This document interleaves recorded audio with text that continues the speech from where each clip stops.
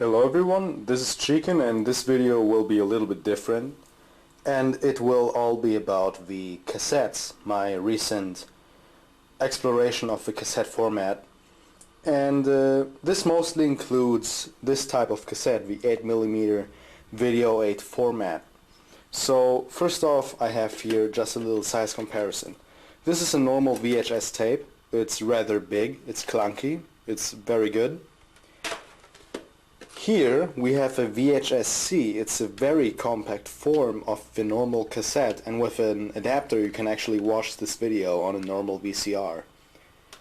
And lastly, the format I'm recording this on right now is the Video 8 or Hi8 format. This is a Video 8 cassette, but there are also Hi8 cassettes which are really similar, which record in a better quality. So why did I get into the cassette format? For one, we have quite a few videos, home videos and also movies on cassette. The movies are mostly on VHS and all our home videos are on these 8mm tapes. And so I dug out my VCR and I found the old camcorder that was lying around and I'm recording video with right now. So I decided to try it out myself. So since I want to try it out, I decided to buy a new blank cassette. I actually bought two, one Hi8 cassette and one Video 8 cassette. The Hi8 cassette that came already, the Video 8 cassette is still on its way. And I bought a video converter, an AV converter, which converts the analog signal into a digital one. So I can put the videos I record on my cassette directly onto my computer. What is very interesting about this format is that it's very compact, but it still retains mostly the quality of a VHS tape. Sometimes the quality is even a little bit better, but you always have to remember that, you know, this tape size is not it's not a big tape size, and for that reason the video quality is, you know, not the best, especially when you watch it on a full HD screen. Overall, I would say though that this camera is very capable in zooming, as you can maybe see when I zoom in a little bit. Will it go in focus? Come on. It doesn't want to focus right now. But even though the format is limited, the camcorder itself is a piece of sophisticated technology. It has an integrated flashlight. You can actually shoot with infrared light in low light and at night, and you can also select a few video modes that I can show you right now when I go to the menu. No, it's not the menu, it's picture effect. Just gonna turn that on. Then there's pastel, negative art, sepia, black and white, solarize, mosaic, slim and stretch. The little notch is a little bit defective, so it just jumps around a lot, but it's a neat feature to have for such an old camcorder. So now the feature I want to show you is something very special to me and that I will use quite a bit of times, and this is why this camera for me is very interesting to use in comparison to the newer Canon that I own, which is a very good camera, don't get me wrong. It has definitely a way better quality than this camera, but this camera has two features that I'm very fond of. So now let's first close this door. Come on. Okay, close this door. Now we'll close this door here. And now I have locked myself into this basically pitch black room. You can see some light coming out of here. Very creepy. Ooh. So now we have two features we can use to make this room lit up. So for one, there is a flashlight on the front of this camera that you can just turn on. You can turn this also on auto, that when you cannot see anything, the camera will switch on its own. And as you can see, the the flashlight is not bad at all. It lights up quite a bit, and it is a capable flashlight. it is also rather bright, so if you only have your camcorder out, and this camcorder has a very good battery lifespan if you have a battery on it, you can use this flashlight for a while. But the flashlight is not the only method of lighting up a room with this camera. What you can also do is you can enable night shot, which I did right now, and as you can see, it uses infrared light.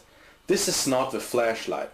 If you would be in this room right now, it would be pitch black, but with the power of infrared light you can actually light up an entire room with this, so you can record it without actually lighting up the room while recording this. And it's very interesting because you can also see the reflections of the infrared light that you cannot see with your naked eye.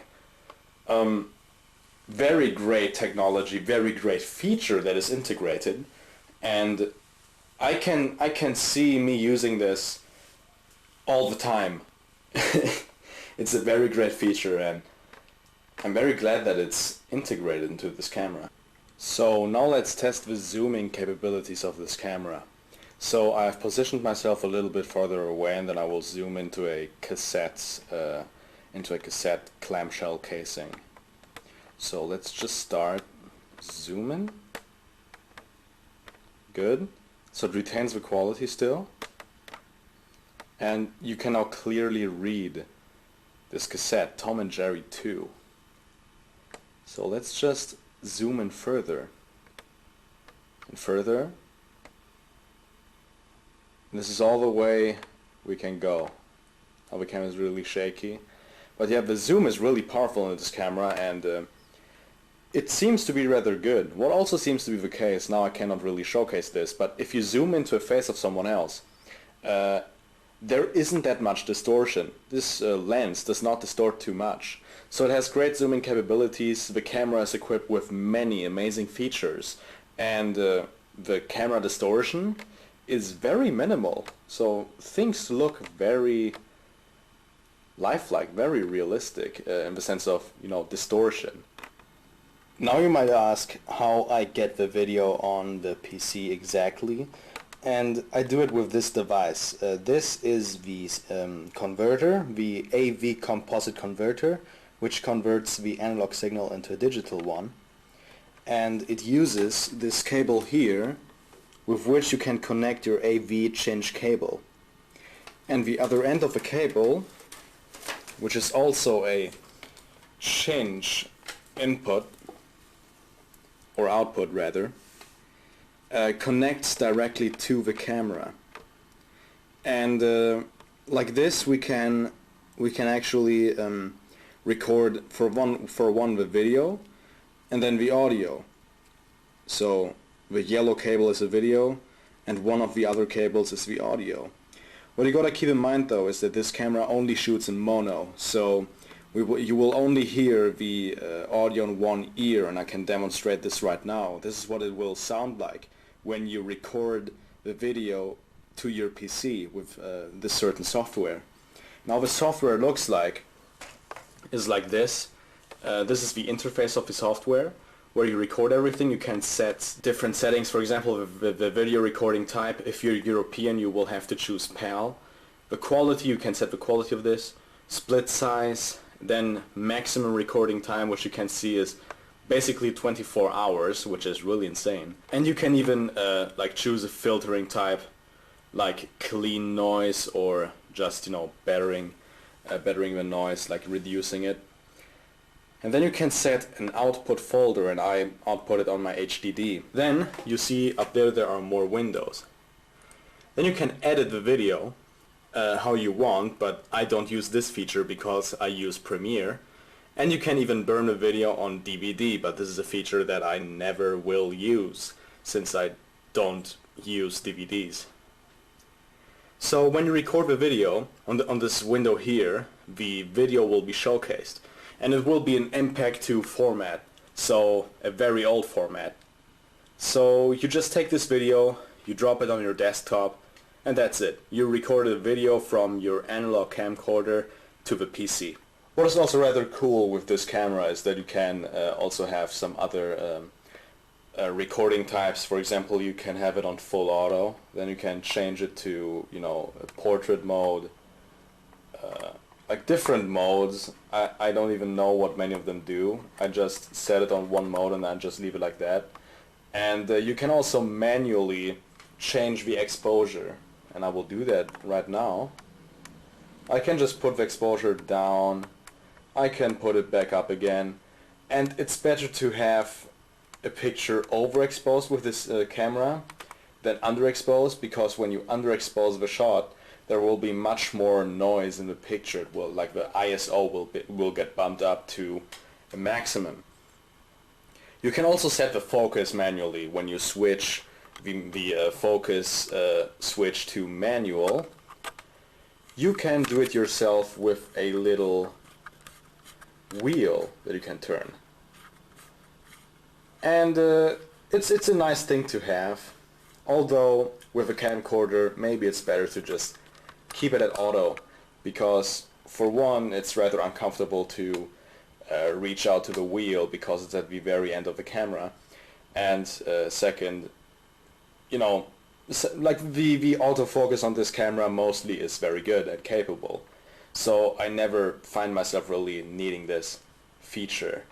So now that you saw what the camera is capable of, I will now plug it in and record everything that I recorded on my cassette onto my PC, so I can edit the video.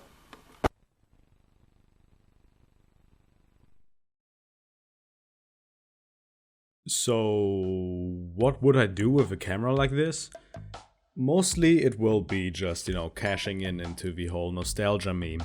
Oh yeah, very shitty video quality, everything is noisy, whatever. We all know this. I would use this camera for one, any fuckers content. This is a channel that I and friends of mine made, mostly focusing around shitty music or actually kind of listenable music. We have one song on there called Friend Zoned. It's a pretty good song, I guess. And what I would also use this camera for would be for miscellaneous video clips and just, you know, experimental videos, maybe even legit reviews with this camera, because it has some cool features. I think it has a very cool look, but I still have to experiment on how I can implement the video from this camera in normal videos. Another thing is the audio quality. While I really love the nostalgic video quality of this camera, I would have to say that if I would do voiceover for anything, I will have to do it on this microphone I'm using right now, because the camera on the camcorder is hideous. It's very bad. I would not like to watch videos only with this quality that the microphone on the camcorder can provide. It would be really jarring, and I would not really like to watch videos like this, so I will not. So I will try to minimize this as much as possible in my videos. So in conclusion, the camcorder is a very interesting piece of technology. It's definitely fun to use. It's fun to walk around with it in town and just see how people react to you carrying this thing. And what also is a very nice thing about this camcorder is that it has a very long battery life, and it is truly portable and easy to shoot with. Would I recommend you getting an old vintage camera? Maybe not, to be honest. Maybe it's better to just stick to a DSLR or to a newer camcorder which actually shoots on SD. It's way more practical. But if you want to go the nostalgia route, by all means try out a camcorder. What I also did not mention about the converter that I bought. When you hook up your camcorder to this converter, you can also record things without actually needing a cassette. So buying cassettes is really only necessary if you want to record videos when you're out and about, or out with friends, or trying to shoot something that is not in your home. Thank you for watching this video. I hope you found it interesting, and see you on the next one.